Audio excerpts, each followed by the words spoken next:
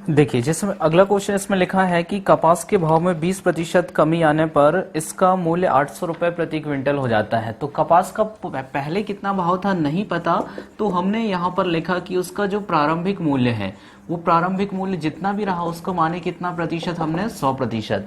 अब इसमें क्या हुआ है, कमी आई है। कमी कितने की हुई है, 20%। 20% कमी आने पर इसका मूल्य कितना हो गया है, 800। तो ये 800 रुपए प्रति क्विंटल, मतलब ये कौन सा मूल्य हुआ है, इसका नया मूल्य हुआ है ना। तो देखो 100% उसका रेट था, 20% की उसमें गिरावट हुई, मतलब कितने प्रतिशत का रेट आ गया, नया वाला जो रेट है कितना प्रतिशत का हो गया होगा, 80% का। इसका मतलब ये जो 800 रुपए है वो किसके बराबर है, 80%। तो यहाँ पर हम पढ़ने वाले हैं कि 800 अपने आप में 80% है। अब बताना क्या था कि पुराना मूल्य, प्रारंभिक मूल्य, तो प्रारंभिक मूल्य कितना है, 100% क्या होगा, तो ये निकल के जाएगा आपका प्रारंभिक मूल्य। ठीक है, 80 से भाग दी यहाँ पर 10 बार, तो ये 10 गुणित 100 यानी प्रारंभिक मूल्य कितना हो जाएगा यहाँ पर 1000।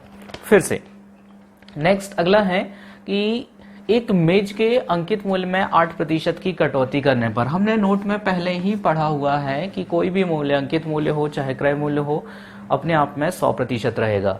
अंकित मूल्य में 8% की कटौती करने पर, तो भाई सबसे पहले अंकित मूल्य देख लो। अंकित मूल्य हमने कितना माने, यहाँ पर अंकित मूल्य मान लिए कितना है, 100%। अब इसमें हुई है 8% की कटौती। 8% कटौती मतलब 8% क्या दी गई है, छूट दी गई है। तो बताओ अंकित मूल्य में 100 रुपए था, उसमें हमने 8 रुपए की छूट दे दिए, तो वह कितने रुपए में बिकता होगा, 92 रुपए में। मतलब यहाँ पर जो विक्रय मूल्य है वो कितने प्रतिशत का है, 92% का है। और लिखा है 8% छूट के बाद जो टेबल का मूल्य है वो कितना हो जा रहा है यहाँ पर, 460 रुपए। तो 460 किसके बराबर रहेगा, 92% के बराबर, यानी 460 अपने आप में 92% है। हमें टेबल का अंकित मूल्य बताना था, तो 100% यहाँ पर क्या होगा ये बताना था हमें। तो काट दीजिए, 46 से कटेगा ये 10 बार, 46 दूनी 92, 2 से कटेगा ये 5 बार। तो जो टेबल का अंकित मूल्य है वो कितना निकल के जाएगा यहाँ पर, 500 रुपए बनेगा। फिर से इसी टाइप का एक और क्वेश्चन देखो, जैसे लिखा हुआ है एक व्यक्ति अपनी आमदनी का 12% बचत करता है। किसी भी व्यक्ति की आमदनी, मैंने बताया था कितनी होती है, 100% होती है ना। तो ये लिख दिए आमदनी है कितनी, 100%। अब आमदनी का 12% क्या कर रहा है, बचत कर रहा है। तो खर्च कितना करता होगा, आमदनी है 100%, 12% बचत कर रहा है, तो खर्च कितने परसेंट का हो जाएगा, बताओ खर्च कितने प्रतिशत का हो जाएगा यहाँ पर, 88%। और लिखा है एक व्यक्ति अपनी आमदनी का 12% बचत करता है यदि उसका खर्च 19,360 रुपए है। तो 19,360 किसके बराबर रहेगा, 88% के बराबर। तो 19,360 अपने आप में कितना है, 88%। हमें उस व्यक्ति की आमदनी बताना है, मतलब 100% क्या होगा। तो बिल्कुल काट सकते हो, 11 से भाग दे दो, ये 8 बार, 11 एकम 11, कितना बचा 8, 11 सत्तर 70, 11 छिंग 66, 0। फिर से कट जाएगा 8 से, 220, तो 220 गुणित 100 यानी आमदनी उसकी कितनी आ जाएगी, 12,000।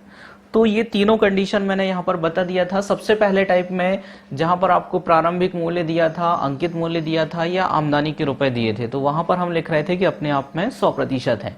सेकंड टाइप में हम क्या निकाल रहे थे, उसमें प्रतिशत निकाल रहे थे कि भाई कितने प्रतिशत खर्च कर रहा है या कितने प्रतिशत अंक लेके आ रहा है। और ये हमारा तीसरा टाइप है जिसमें क्या है, आपको खर्च बचत दी है, आप आमदनी निकाल रहे हैं, मतलब कुल 100% वाला आंकड़ा यहाँ पर आप निकाल रहे हैं, है ना। तो ये क्वेश्चन है इस तरीके के, ये तीसरा टाइप था आपका। तो उम्मीद है इतना तो समझ में आया होगा सभी को। चलिए अब देखते हैं थोड़े से एडवांस क्वेश्चन जो यहाँ पर प्रतिशत में आते हैं।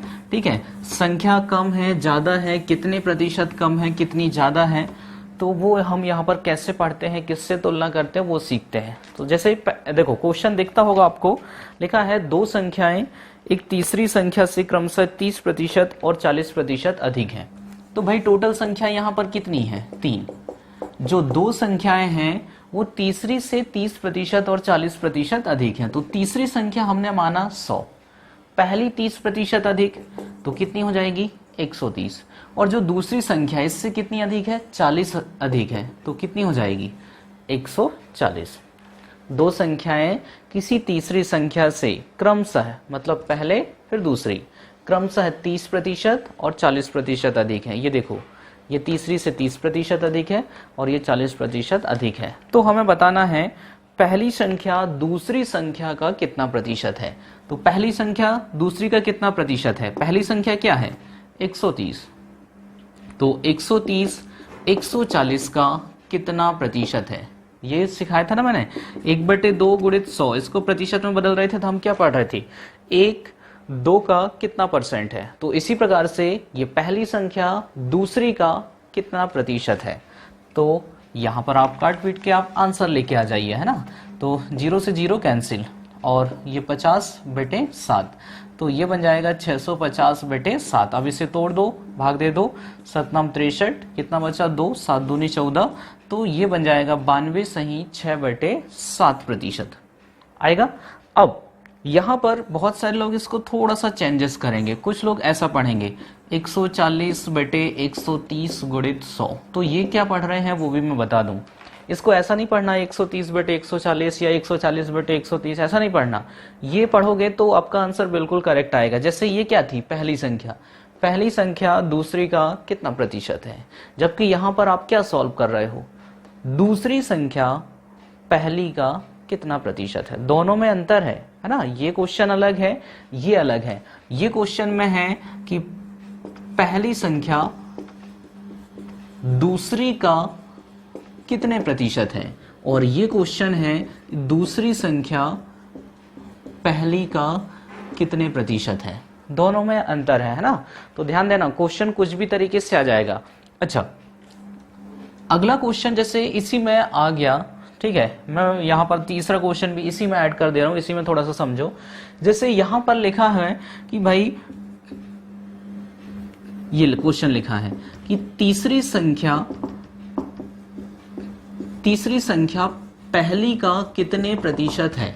तो कैसे लिखोगे? तो तीसरी संख्या लिखेंगे। सबसे पहले तीसरी संख्या क्या है यहाँ पर? 100। किससे तुलना हो रही है? पहली संख्या से। पहली कितनी है? 130। 100 130 का कितना प्रतिशत? ये जो 100 आता है ये प्रतिशत के लिए आता है ना।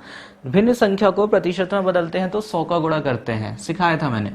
तो ये है तीसरी संख्या पहली का कितना प्रतिशत है। ठीक है। अगली कंडीशन ये आ गया कि भाई, अगला क्वेश्चन ये आया कि तीसरी संख्या दूसरी का कितने प्रतिशत है। तब आप क्या लिखोगे बताओ यहां पर। तो तीसरी संख्या क्या है? 100, और किससे तुलना हो रही है? दूसरी संख्या से। दूसरी संख्या क्या है? 140। तो 100 140 का कितना प्रतिशत है। अब काटिए पीटिए, जो भी आंसर आता है बनेगा। तो आपका क्वेश्चन यहां सिर्फ इतना था कि पहली संख्या दूसरी का कितना प्रतिशत है। यदि आप संख्याओं को चेंज करते हैं तो ध्यान रखना कि आप क्या पढ़ रहे हो, क्या लिख रहे हो, है ना। इसलिए मैंने सारी कंडीशन यहां पर बता दिया है। क्लियर है? देखो, इसमें एक क्वेश्चन और ये भी बन जाएगा अलग से, एक ये भी बन जाएगा कि दूसरी संख्या पहली से कितने प्रतिशत ज्यादा है। ये तो यहां जैसे आया, दूसरी पहली से कितने प्रतिशत ज्यादा है। तो दूसरी संख्या क्या है? 140, और पहली क्या है? 130। यदि बोलता कि दूसरी पहली का कितना प्रतिशत है तो हम ऐसा लिखते, लेकिन क्या बोला है? दूसरी पहली से कितने प्रतिशत ज्यादा है। तो कम या अधिक आया, मतलब क्या लेना है आपको? अंतर। तो इन दोनों में कितने का अंतर है? 10 का। ये 10, और किससे तुलना हो रही है? पहली संख्या से। तो जिससे तुलना होती है उसको नीचे रखते हैं। तो पहली संख्या क्या है? 130। तो 10 130 का कितना परसेंट है। तो सारे तरीके से सवाल हैं, आप बिल्कुल जो है सॉल्व कर सकते हो इसे, है ना। बिल्कुल इसी टाइप का अगला क्वेश्चन देखो फिर से क्या कह रहा है, क्या आंसर आएगा।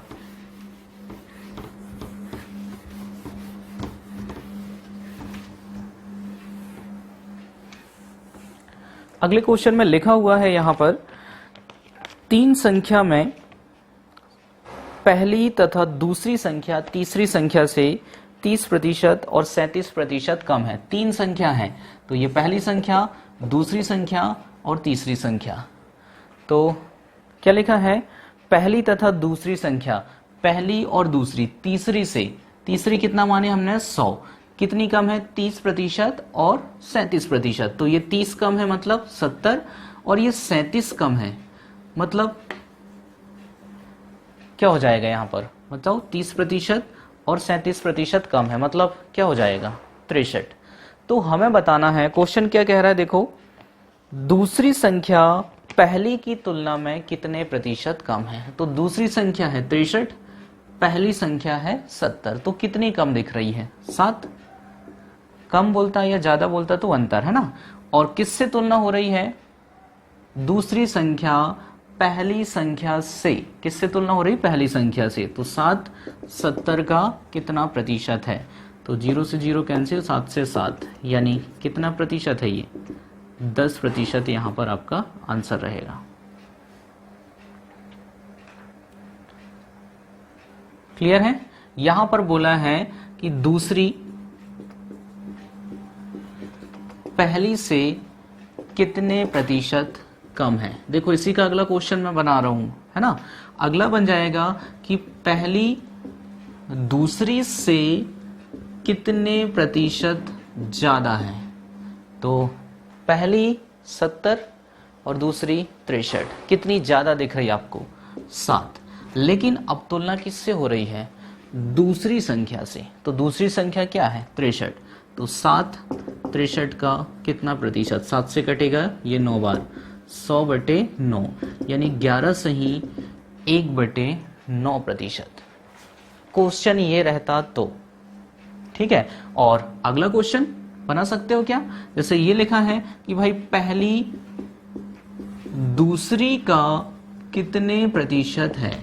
तो पहली संख्या क्या है 70 और दूसरी क्या है 63। हमें ये बताना था 70 63 का कितना परसेंट है। ये क्वेश्चन में भी वही है ना। यहां पर था पहली दूसरी से कितने प्रतिशत ज्यादा है, जबकि ये क्या है पहली दूसरी का कितने प्रतिशत है। तो 7 से भाग दे दीजिए, 10 बार ये 9 बार, ठीक है। तो 1000/9 यानी 111 सही 1/9% आपका आंसर रहेगा यहाँ पर। आपका क्वेश्चन सिर्फ इतना था यहाँ पर कि दूसरी संख्या पहली से कितने प्रतिशत कम है, यही है ना। दूसरी संख्या पहली की तुलना में कितने प्रतिशत कम है। तो इस तरीके के कोई भी क्वेश्चन आते हैं तो आपसे बनना चाहिए, स्पष्ट लिखा रहेगा ए बी से इतना कम है तो बी ए से कितना अधिक ज्यादा है, ठीक है। तो यहाँ पर 3 संख्या थी। अब देखो इसी में जो है अगला क्वेश्चन,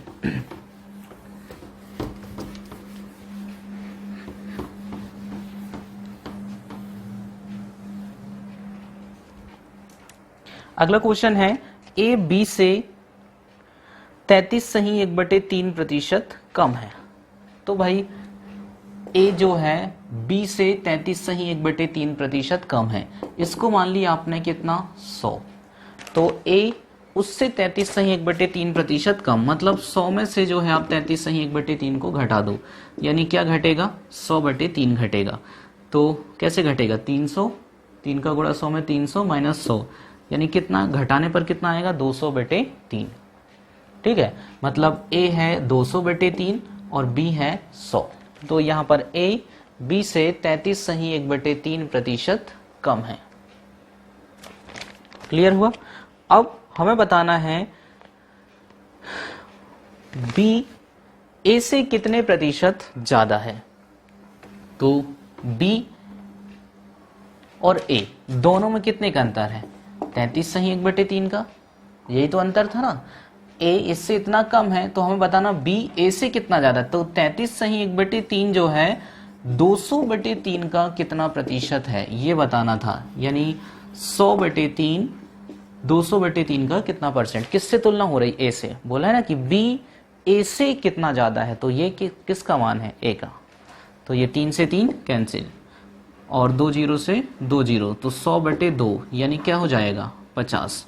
तो यहां पर कितना प्रतिशत ज्यादा है, ये 50% ज्यादा है। नेक्स्ट फिर से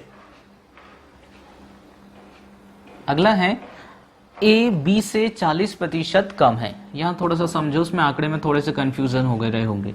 ए बी से 40% कम है, बी को हमने माने 100, ए 40% कम है यानी कितना है 60। तो हमें बताना है बी ए से कितने प्रतिशत अधिक है। तो बी ए से कितना ज्यादा दिख रहा है 40, लेकिन कितने प्रतिशत, किससे तुलना हो रही है ए से, जिससे तुलना होती है उसको नीचे रखा है। बी ए से तो 40, 60 का कितना प्रतिशत है 2/3, यानी क्या बन जाएगा ये 200/3। भाग देंगे 3 × 18 2 बचा, 3 × 18 2 बचा, 66 सही 2/3%। नेक्स्ट फिर से अगला क्वेश्चन बिल्कुल इसी तरीके का है।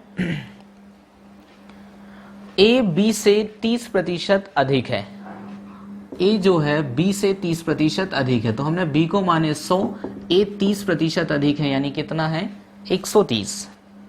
तो हमें बताना है बी ए से कितने प्रतिशत कम है। तो कितना कम दिख रहा है आपको, 30 कम दिख रहा है, लेकिन ये आंसर नहीं है ना, तुलना करना है। किससे तुलना हो रही है ए से, बी ए से कितने प्रतिशत कम है। तो ए कितना है 130, 130 का कितना प्रतिशत है, तो 0 से 0, मतलब ये बन जाएगा कितना 300/13। अब इसे भिन्न में आप तोड़ सकते हैं, तो 13 दूनी 26, 4 बचा, 13 तिया 39, 23 सही 1/13% यहाँ आपका आंसर रहेगा।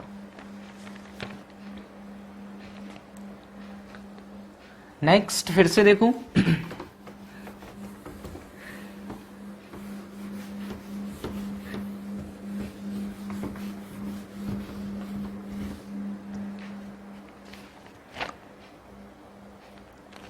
अगला क्वेश्चन है ए बी से 25% अधिक है। फिर से दो आंकड़े हैं ए और बी। अब ए बी से 25% अधिक है, बी 100 माने तो ए 25 अधिक, यानी कितना है 125। तो आपको बताना है बी ए से कितना परसेंट कम है। तो कितना कम दिख रहा है 25, लेकिन किससे तुलना करना है ए से, है ना, बी ए से। तो ए का मान कितना है 125। ध्यान रखना जिससे तुलना की जाती है उसको नीचे रखा जाता है। तो 25, 125 का कितना प्रतिशत है, 25 से कटेगा ये 5 बार, 5 से कट जाएगा 20 बार। तो आपका आंसर हो जाएगा यहाँ पर 20%। एक एक स्टेप के क्वेश्चन है, बस आपको समझना है थोड़ा सा। अगला वही क्वेश्चन है लैंग्वेज चेंज। ठीक है, क्या लिखा है, एक वस्तु का दाम 10% घटाया गया, पूर्व मान में उसको पुनः लाने के लिए नए दाम को कितने प्रतिशत बढ़ाना है। तो भाई ये देखो, ये पुराना दाम और ये नया दाम। एक वस्तु का दाम 10% घटाया गया, तो भाई पुराना हमने माने कितना 100, अब 10% घटा दिए तो नया दाम कितना आ गया 90 आ गया, आया। अब उसको पुनः पूर्व मान में लाना है, किसको 90 को। तो नए दाम को कितने प्रतिशत बढ़ाना है। अब बढ़ाना है, कहां से बढ़ाना है 90 से बढ़ाना है, और कितना बढ़ाना है 10। लेकिन आप 10% नहीं बढ़ा सकते। क्यों नहीं बढ़ा सकते, क्योंकि 90 का 10% मतलब क्या होता है 9। अब 90 में आप 9 रुपए बढ़ाएंगे तो वो 100 थोड़ी ना आएगा, वो तो कितना आएगा 99 आएगा। ठीक है, तो हमें यही तो बताना है कि कितने प्रतिशत बढ़ाना है। तो 10 रुपए तो बढ़ाना है, लेकिन बढ़ाना कहां से है नए वाले दाम से, फिर से पूर्व दाम में लाना है। तो 10 90 का कितना परसेंट है, तो 100/9, यानी 11 सही 1/9% आएगा आंसर आपका। वही क्वेश्चन था, बस मीनिंग चेंज थी। यहां ए बी थे, अब ये दाम की बात कर रहा है कि भाई इस दाम को फिर से यहीं लाना है। तो यहां पर भी तो फिर से वही कर रहे थे ना कि कितना कम है, मतलब वही तुलना कर रहे थे। फिर से अगला, एक वस्तु की कीमत 10% घटा दी जाती है, इसे मूल कीमत पर लाने के लिए कितनी वृद्धि की जाएगी। ठीक है, एक वस्तु की कीमत 10% घटा दी जाती है, तो भाई इसमें फिर से ये देखो, एक नई कीमत रहेगी और एक क्या है यहाँ पर पुरानी कीमत है ना। तो वस्तु की कीमत 10% घटा दी जाती, पुरानी कीमत हमने 100 माने, जब नई 10% घटाए तो नई कीमत कितनी हो जाएगी यहाँ पर 90। अब इसे मूल कीमत पर लाना है तो यहाँ कितनी वृद्धि करना पड़ेगा, तो वही क्वेश्चन है। तो मूल कीमत पर लाना है, फिर से कितना बढ़ाना पड़ेगा 10, लेकिन मूल कीमत पर लाओगे तो वृद्धि कहाँ से करोगे, आप नई वाली कीमत से करोगे ना, पुरानी कीमत में पहुंचना है तो यहाँ से वृद्धि करना पड़ेगा। तो 10 90 का कितना परसेंट है, तो 0 से 0 कैंसिल, फिर से 100/9 यानी 11 से ही 1/9% यहाँ पर आपको बढ़ाना पड़ेगा।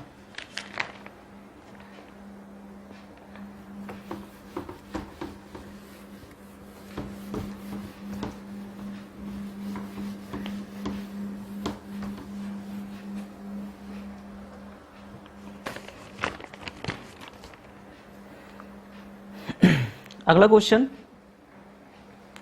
एक अधिकारी के वेतन में 20% वृद्धि की गई। तो अधिकारी का ये आप लिख लो नया वेतन और ये लिख लो आप पुराना वेतन, है ना। पुराना वेतन नहीं पता कितना था, 100 रुपए मान लिए।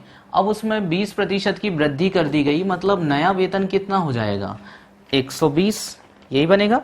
पहले वेतन के समतुल्य लाना है, पहले वेतन के समतुल्य लाने के लिए कितने प्रतिशत कमी करना पड़ेगा, तो भाई पहले वेतन मतलब फिर से 100 लाना है तो कितना कम दिख रहा है आपको 20 का लेवल करना पड़ेगा, लेकिन कितने प्रतिशत, क्योंकि अब यहां से तुलना हो रही है। कम कहां से करोगे, नए वाले वेतन से करेंगे ना। तो 120 का कितना प्रतिशत है, तो 20 से कटेगा ये 6 बार, फिर 2 से कटेगा 50/3, 50 में जब हम 3 का भाग देंगे तो ये निकल के जाएगा 16 से ही 2/3%। ये मिश्र भिन्न तो चेंज करते बनता होगा ना सभी से, कई बार बता चुका है, फिर भी एक बार देख लो। 50 में 3 का भाग देना है तो पूरा कितनी बार जाएगा 16 बार, 16 तिया 48, कितना शेष बचा 2। तो बस इसको इस तरफ से पढ़ते हैं, 16 से ही 2/3, इसको आदत बना लो बस पढ़ने की, है ना। इस तरीके से ये चलता है, 16 से ही 2/3%। तो बनेगा, तो यहां पर कई बार प्रतिशत वृद्धि हो रही थी, कई बार प्रतिशत कमी हो रही थी, है ना। कितने प्रतिशत कम किया जाए या कितने प्रतिशत बढ़ा जाए। अब कुछ क्वेश्चंस ऐसे रहेंगे जिसमें आपको दोनों बार या तो वृद्धि दी रहेगी या दोनों बार कमी दी रहेगी, है ना। तो प्रतिशत वृद्धि प्रतिशत कमी देखो। क्वेश्चन लिखा है पहला, एक वस्तु का विक्रय मूल्य 20% कम करने पर उसकी बिक्री में 80% की वृद्धि हो जाती है। वस्तु का विक्रय मूल्य कितना था पहले नहीं पता, ठीक है। उसमें क्या किए हमने 20% की कमी कर दी है। तो ये देखो हमने माने पहले कि उसका विक्रय मूल्य जो भी रहा कितना माने 100, अब 20% की कमी कर दी है, मतलब 100 का 20% कितना होता 20, तो कितना हो गया 80। अब 20% कमी हो गई तो उसकी बिक्री बढ़ गई, बिक्री में कितनी की वृद्धि हो गई 80% की, मतलब 80 का कितना 180%, तो कितना हो जाएगा 18×8 144। मतलब पहले कीमत थी कितनी 100, और जब हमने एक बार कमी किए और फिर बढ़ाए तो कितनी हो गई 144। तो बताइए कितने प्रतिशत की वृद्धि हुई यहाँ पर, पहले 100 था अब 144, तो कितना बढ़ गया 44।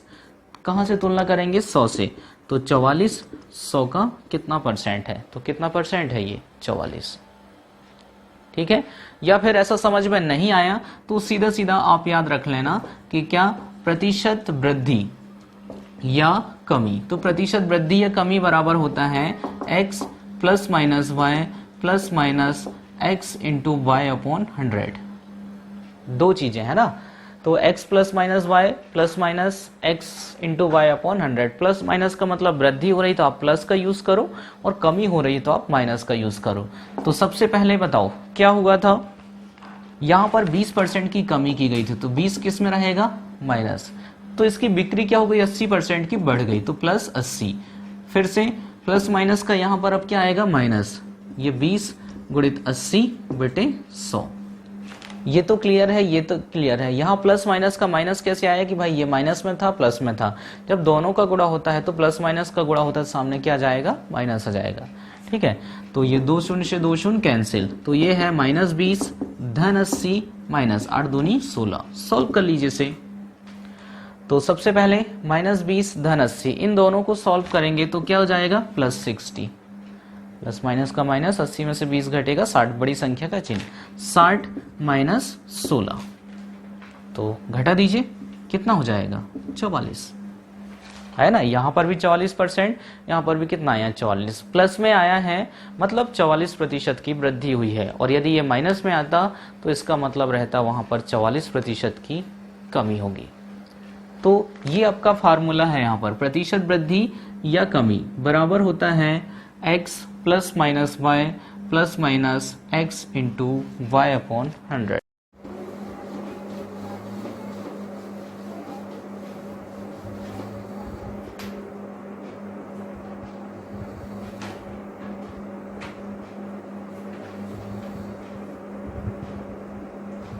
अगला क्वेश्चन देखो, इसी में लिखा हुआ है यहाँ पर एक प्रेक्षागृह की सीटों की संख्या में 25% की वृद्धि हो जाती है और उसके टिकटों की कीमत में भी 12% की वृद्धि कर दी गई, तो उस प्रेक्षागृह की आय में कुल कितनी वृद्धि हुई। तो अब जो है यहाँ पर दोनों बार क्या हो रहा है, वृद्धि हो रही है ना। तो हमने पढ़ा हुआ है यहाँ पर फार्मूला, तो आपको याद ही है, प्रतिशत वृद्धि या कमी क्या होता है यहाँ पर, x plus minus y plus minus x into y upon 100। ठीक है, अब क्या हो जाएगा, दोनों बार यहाँ पर क्या हुई है, वृद्धि हुई है, मतलब दोनों संख्याएं किस में रहेंगी, प्लस में रहने वाली है ना। जैसे कि सबसे पहले 25% की वृद्धि, तो 25 किस में, प्लस में। फिर 12% की मतलब वृद्धि हो गई किस में, टिकटों की कीमत में। सीट की संख्या में 25% बढ़े, साथ में टिकट की कीमत भी 12% बढ़ गई है ना।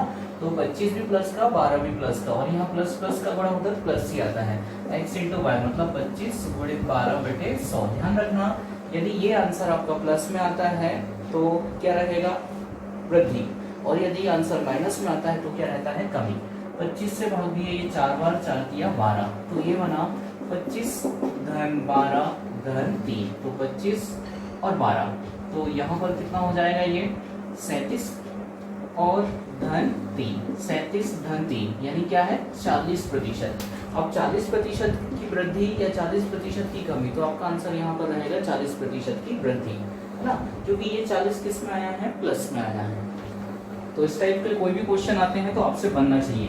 नेक्स्ट अगला क्वेश्चन देखो, बिल्कुल सेम क्वेश्चन है, लिखा है यदि एक संख्या में 25% वृद्धि कर दी जाए और उससे प्राप्त संख्या में 25% कमी कर दी जाए। अब एक बार क्या हो रहा है, वृद्धि कर रहे हैं और एक बार क्या कर रहे हैं, कमी। तो कैसे सॉल्व करना है, पहले 25% वृद्धि कर दी जाए, फिर उस संख्या में 25% की कमी कर दी जाए, है ना। फिर प्लस माइनस का यहाँ पर माइनस 25 गुणित 25/100 ऐसे ही आएगा।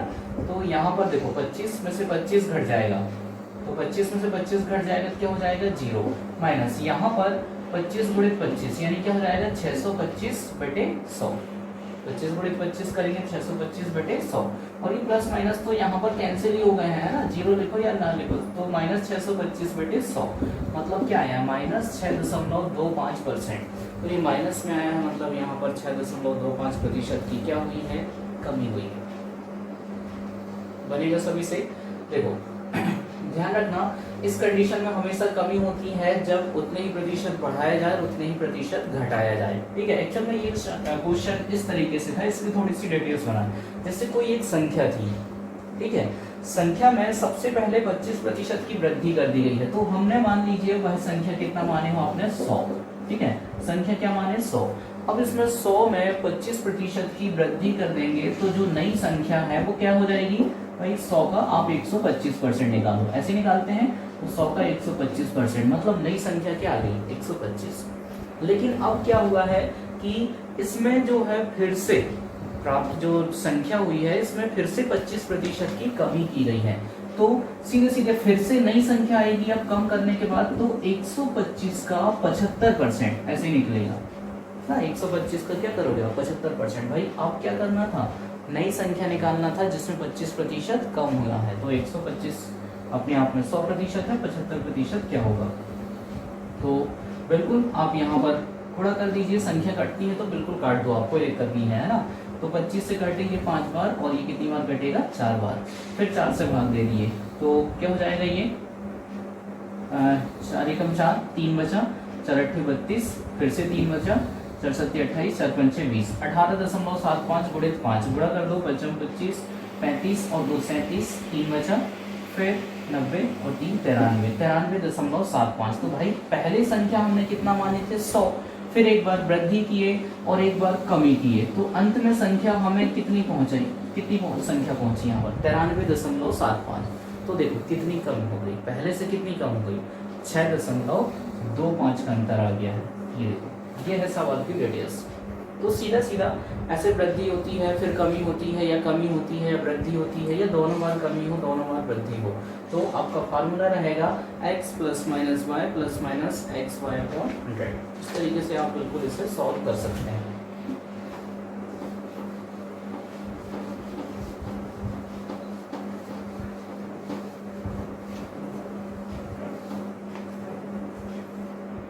अगला, ए का वेतन 10% बढ़ाया गया और फिर 10% घटाया गया।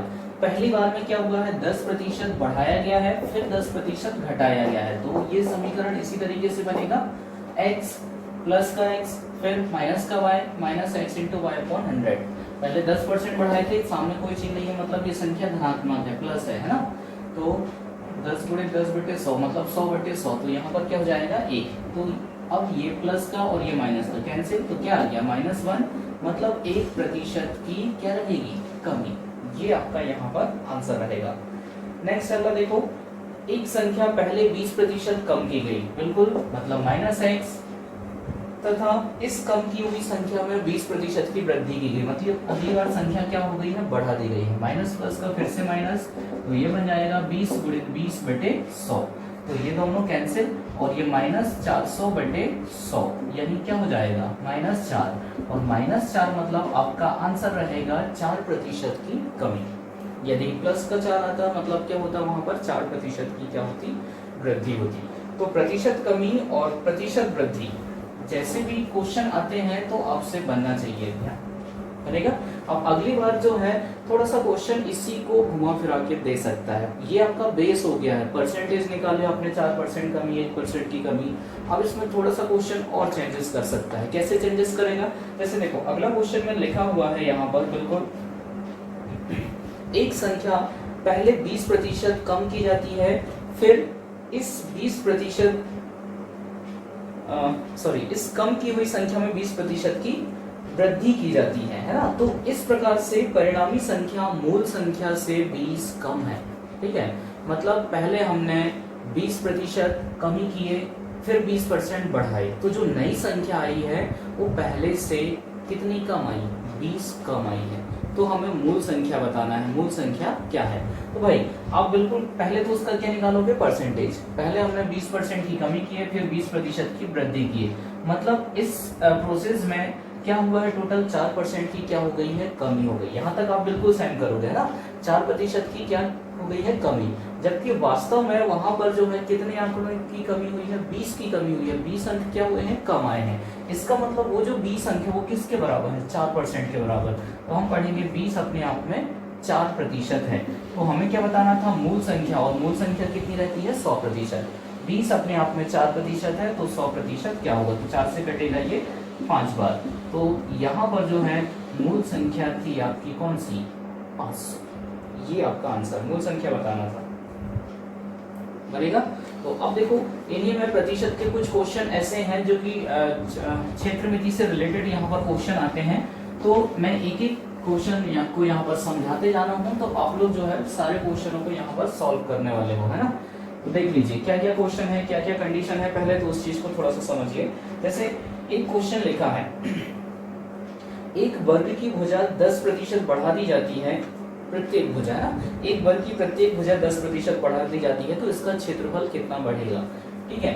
तो सबसे पहले आपको जो है इसके लिए फार्मूले पता रहना चाहिए। वर्ग का फार्मूला, वर्ग का क्षेत्रफल क्या होता है, या फिर वृत्त का क्षेत्रफल क्या होता है, घन का आयतन क्या होता है, घनाभ का आयतन क्या होता है। तो ये सारी कंडीशन, क्षेत्रफल क्या होता है, संपूर्ण पृष्ठ का क्षेत्रफल क्या होता है, परिधि क्या होती है, परिमाप क्या है, तो ये चीजें तो आपको पहले याद करना पड़ेगा। तो एक बार मैं थोड़ा सा उन सबको यहाँ पर रिवाइज कर देता हूँ, है ना। तो दो यहाँ पर क्षेत्रफल और क्या है, आयतन, दो प्रकार से विमाएं हम यहाँ पर पढ़ने वाले हैं, है ना। एक क्षेत्रफल की है और एक क्या है, आयतन। तो ये होता है एक 2D, 2 डायमेंशन, और आयतन पढ़ा जाता है 3 डायमेंशन में। 2D 3D क्या है, इस चीज को समझो, ठीक है। जैसे ये एक आकृति दिख रही है, ठीक है, कोई भी आकृति है, तो भाई इस आकृति का हम क्या निकाल सकते हैं, क्षेत्रफल निकाल सकते हैं। ठीक है, अब क्षेत्रफल 2D, दो बीमा है इसमें, एक बीमा है आपकी लंबाई और दूसरी क्या दिख रही है, चौड़ाई। सिर्फ दो चीजें दिख रही हैं यहाँ पर, लंबाई और चौड़ाई। तो ये है 2D आकृति जो क्षेत्रफल में काउंट होती है ना। दो बीमा वाली आकृति का केवल क्षेत्रफल निकलता है। और यदि इसी में हम ऊंचाई भी शामिल कर दें, अब ऊंचाई कैसे शामिल करें बताओ, इसमें कहीं पर आपको ऊंचाई दिख रही है, ये भुजा तो चौड़ाई है, मतलब ये भी चौड़ाई है, ये क्या है, लंबाई। अब ये देखो ऊंचाई आपको दिखेगी, ये तो ये आकृति कैसी बन गई है, 3D। ये देखो ये तीसरी बीमा शामिल हो गई यहाँ पर, लंबाई चौड़ाई और ऊंचाई, है ना। तो समझ जाओगे ये है आपकी 3D आकृति, 3 डायमेंशन है, लंबाई चौड़ाई और ऊंचाई। और ये है आपकी 2D आकृति जिसमें 2 डायमेंशन है, क्या क्या, लंबाई और चौड़ाई। जो आपने देखा होगा कि जो मूवी आती है, हमको जो 2D से ज्यादा मजा किसमें आता है, 3D देखने में आता है ना। क्यों, क्योंकि भाई इसमें दो बीमाएं दिख रही हैं आपको, व्यक्ति की लंबाई दिख रही है, चौड़ाई दिख रही है, और इसमें क्या है, उस व्यक्ति के हल्के से पीछे का बैकग्राउंड भी दिखता है, मतलब क्या है, ऊंचाई भी दिखती है यहाँ पर। ये एकदम रियल लगता है, जबकि ये इमेजिन करना पड़ता है आपको। ठीक है, तो ध्यान देना, बस दो चीजें हैं, तो क्षेत्रफल में 2D आकृति पढ़ते हैं और आयतन में हम 3D आकृति को यहाँ पर पढ़ते हैं। चलिए इस चीज की डिटेल्स में आपको वहां पर जब ये टॉपिक चलेगा हमारे क्षेत्र में थी तब मैं क्लियर करा दूंगा। अभी थोड़ा सा हम चल रहे हैं, प्रतिशत में चल रहा है ना। तो सबसे पहले यहाँ पर क्या पढ़ते हैं हम, वर्ग। ठीक है, तो यहाँ पर क्या हो जाता है, वर्ग का क्या बन जाता है, ये घन बन जाता है ना। ठीक है, इसी प्रकार से हम क्षेत्रफल में पढ़ते हैं क्या, आयत, ऐसे। तो 3D आकृति में जो है हम यहीं पर इसे क्या नाम दे देते हैं, क्या नाम दे देते हैं, इसे घनाभ नाम दे देते हैं। दोनों में समानता भी है और बहुत सारा अंतर भी है। समानता, इसकी भी प्रत्येक भुजा बराबर, यहाँ भी प्रत्येक भुजा बराबर, लंबाई चौड़ाई अलग, यहाँ लंबाई चौड़ाई ऊंचाई तीनों अलग है। ठीक है, हम यहाँ पर पढ़ते हैं क्या, वृत्त, और वृत्त की जगह यहाँ पर पढ़ते हो आप एक क्या पढ़ते हो, ठोस गोले को पढ़ते हो, है ना। अब आपको यहाँ पर आकृति दोनों में सिंपल दिख रही है, लेकिन यदि इसी वृत्त और गोले को मैं आधा बनाऊं तो ये आकृति आपको बिल्कुल क्लियर दिखने लगेगी। कैसे, ये देखो, जैसे यहाँ पर अर्धवृत्त लेते हैं, अर्धवृत्त में आप सिर्फ इतना ही बना पाओगे इसे, इसके अलावा इसमें कुछ भी चेंजेस नहीं कर सकते हो, है ना। ये हो गया आपका अर्धवृत्त। और जबकि अर्धगोला यदि बनाऊं तो आपको डिफरेंट दिखने लगेगा, ये है, ये डिफरेंट है, आ रहा है समझ में।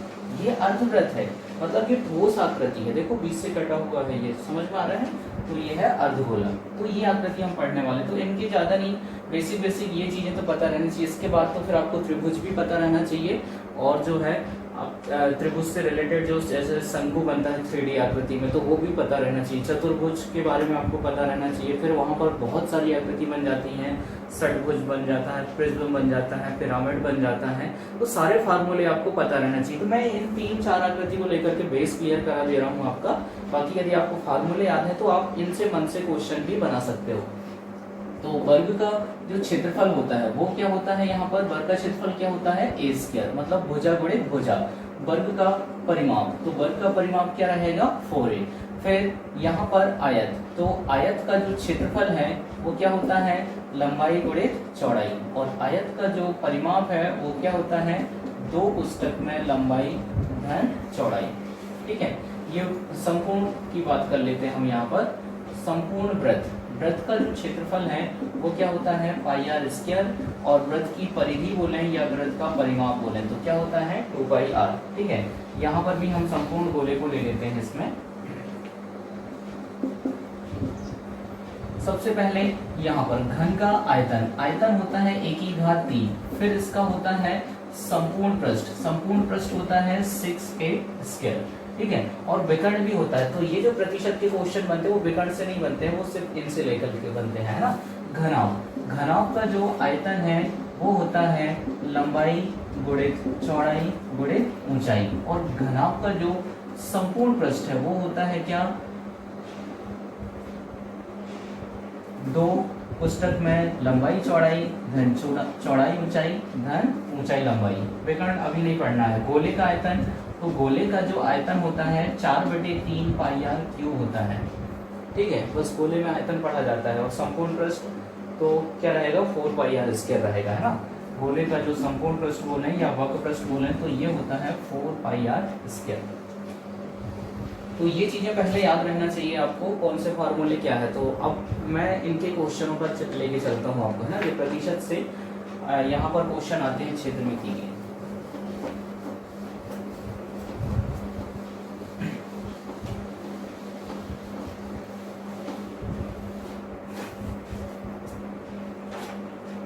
सबसे पहले जैसे यहाँ पर देखो, पहला क्वेश्चन लिखा हुआ है, एक वर्ग की प्रत्येक भुजा 10% बढ़ा दी जाती है तो इसके क्षेत्रफल में कितनी वृद्धि होगी।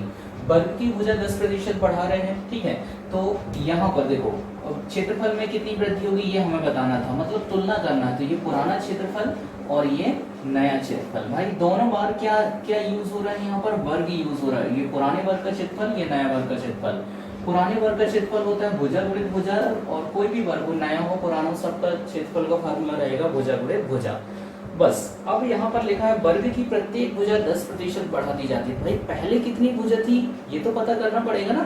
तो पहले कितनी भुजा थी हमें नहीं पता, हम मान लेते हैं पहले वर्ग की भुजा कितनी थी, 100। तो वर्ग का पुराने वर्ग का क्षेत्रफल क्या निकलता, 100 गुणित 100।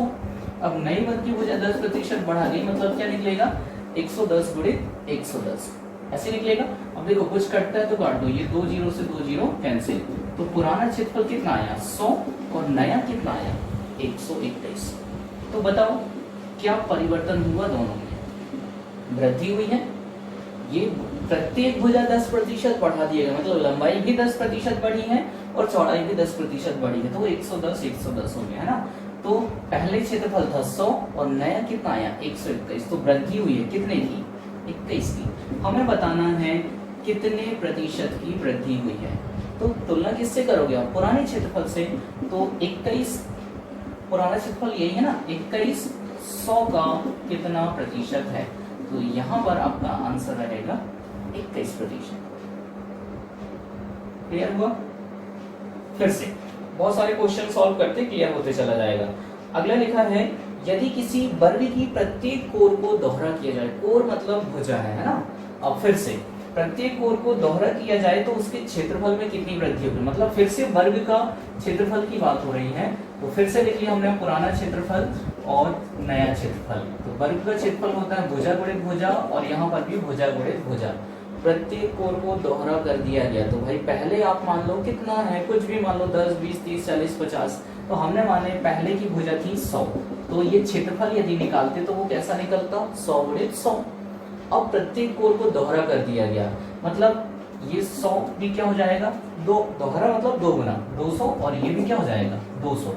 कुछ कटेगा, ये देखो 4 जीरो, यहाँ पर भी 4 जीरो कैंसिल। पुराना क्षेत्रफल कितना, 1, नया कितना है 4।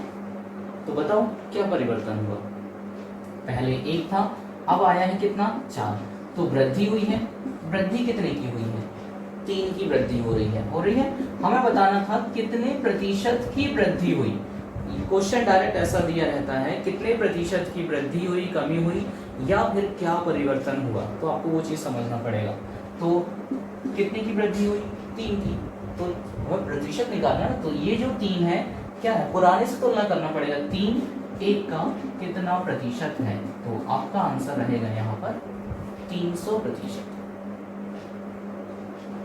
क्लियर है, कितना रहेगा ये 300%। अब देखो दोनों बार जो है, ये जो दोनों क्वेश्चन है ये किससे थे, वर्ग के थे, ठीक है।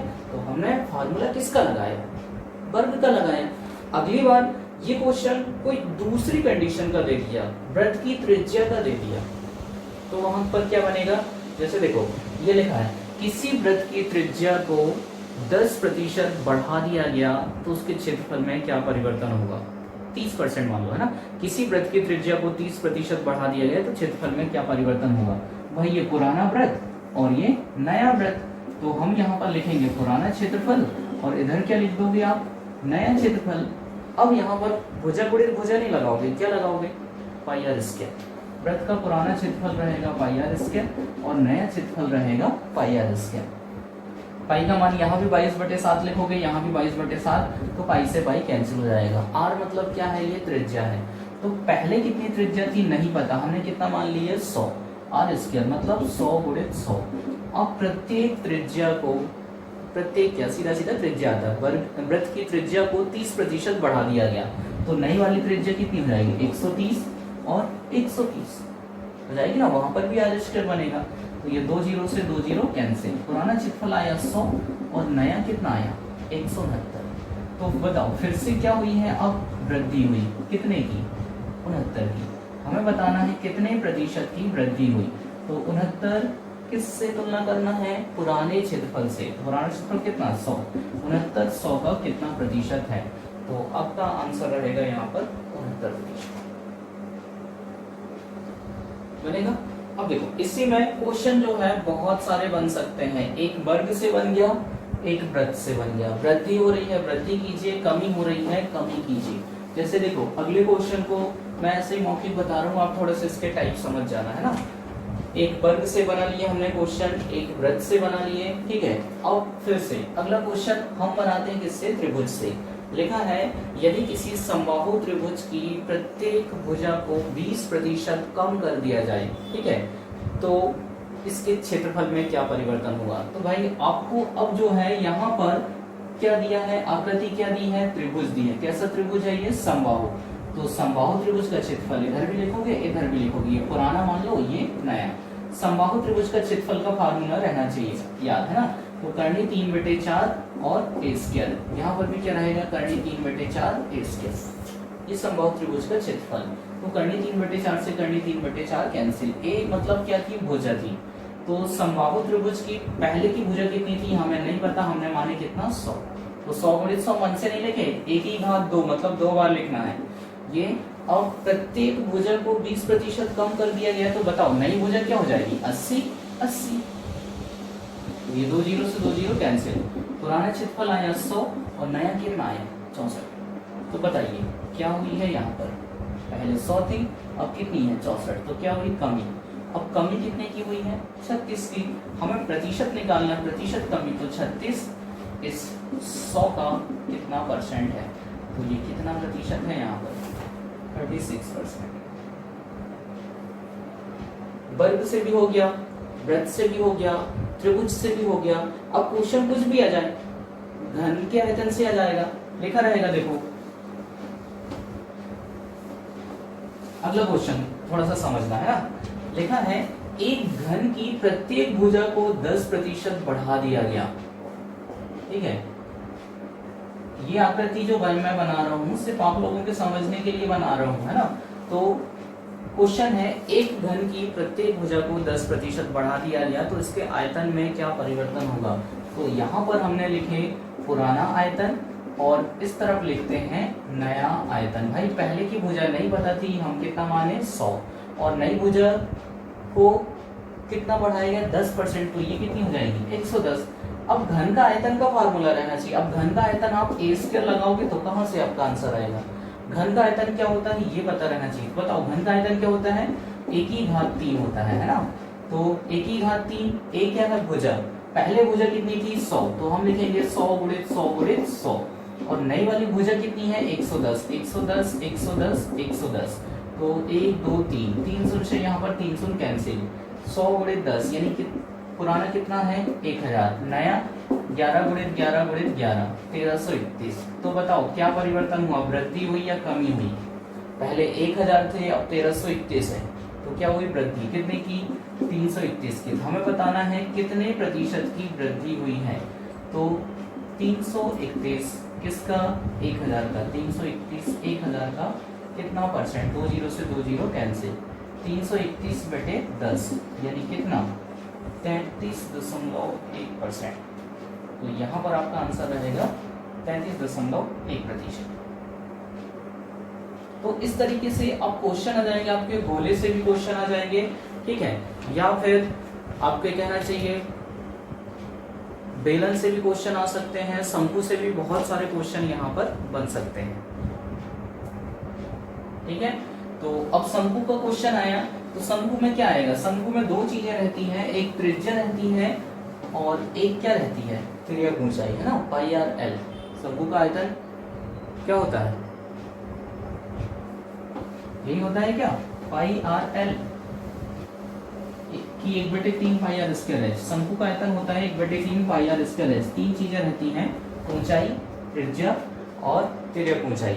अब जैसे क्वेश्चन आया कि शंकु की त्रिज्या और तिर्यक ऊंचाई में क्रमशः 10% और 20% की वृद्धि हो गई, तो इसके वक्र पृष्ठ में क्या परिवर्तन होगा? तो भाई शंकु का वक्र पृष्ठ होता है पाई आर एल और नया वक्र पृष्ठ भी रहेगा पाई आर एल।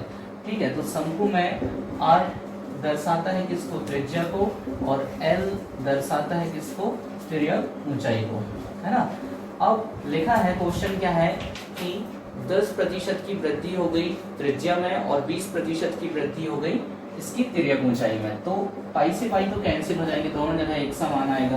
पहले त्रिज्या भी हमने 100 मान लिए, तिर्यक ऊंचाई भी 100 मान लिए। अब त्रिज्या में 10% की वृद्धि होती है तो त्रिज्या 110 और तिर्यक ऊंचाई में 20%, तो ये 120। तो फिर से देखो, 2 0 से 2 0 कैंसिल, तो पुराना क्षेत्रफल था 100, नया है 132। तो यहाँ पर क्या हुआ है?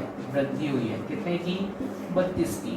तो हमें बताना था प्रतिशत वृद्धि, तो 32 100 का कितना परसेंट है? तो आपका आंसर रहेगा 32% बनेगा।